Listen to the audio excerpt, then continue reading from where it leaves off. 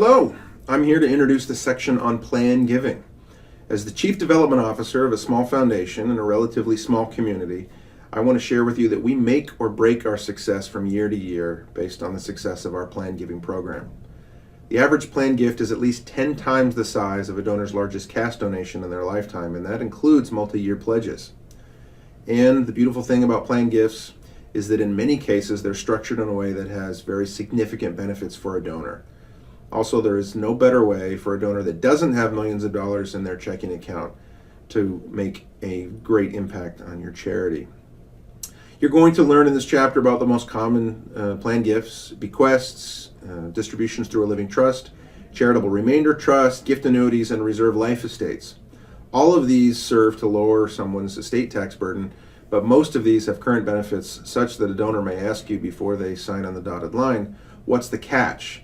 Because often they are receiving tax deductions, they're receiving an income stream for life, they're doing a bypass of capital gains, and it seems too good to be true. The catch is they're giving an asset at some point to your charity organization, but the benefits sometimes make it so satisfying for them.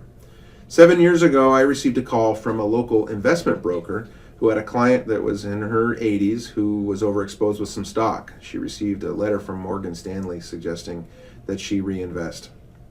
Instead of having her sell and pay capital gains on this stock that she had held for a long time, he knew that we were trying to raise money for a local hospital and asked if she would be interested in supporting the hospital.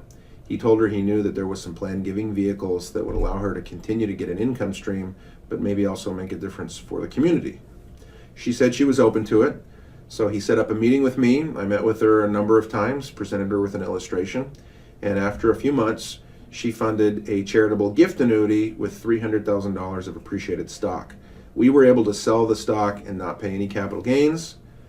She received, I think it was 9% based on her age for the rest of her life. She also received a tax deduction, and it created a great bond with a charity that she really wasn't involved in before.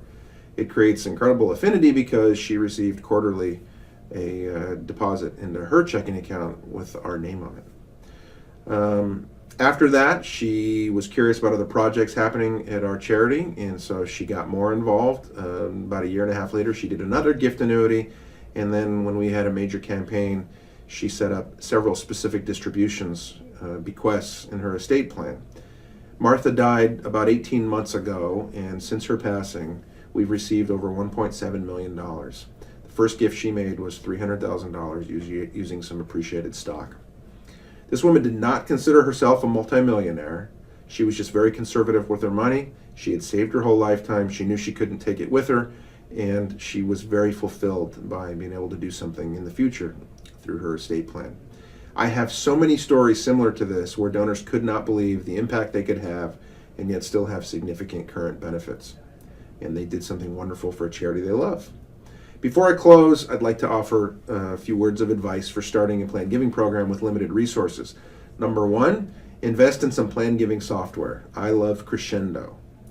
You need not be an expert to be able to share very simple illustrations with your clients that go through what all the different benefits are of the most common plan gifts. Some of them are very complicated, some of them are very simple, but some good plan giving software will allow you to present illustrations that are easy to understand and also have some illustrations for their tax advisors. When you're ready to take the next step and move towards a gift, you bring in a professional, an estate planning attorney, a CPA.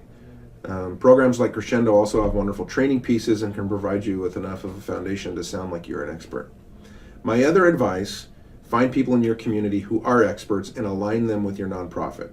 When I moved to this small community from the big city, first thing I did was find an estate planning attorney who really felt connected to the mission of my organization. We put him on the foundation board.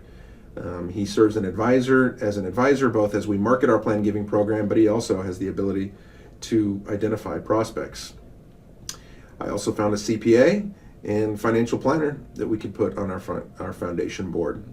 They all can serve as advisors, and because they are meeting with clients at the point of decision, they also can often point their advisors to our nonprofit. I wish I had time to tell you more stories, but I will say that you don't have any time to waste.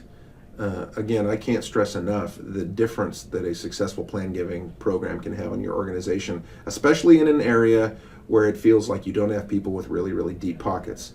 If you have people in your community that are retired, that are sitting on retirement accounts, they own a home, maybe they have some investments in real estate or other appreciated assets, they can make a huge impact, feel really good about the future difference they'll make for your community, and reap some wonderful current benefits.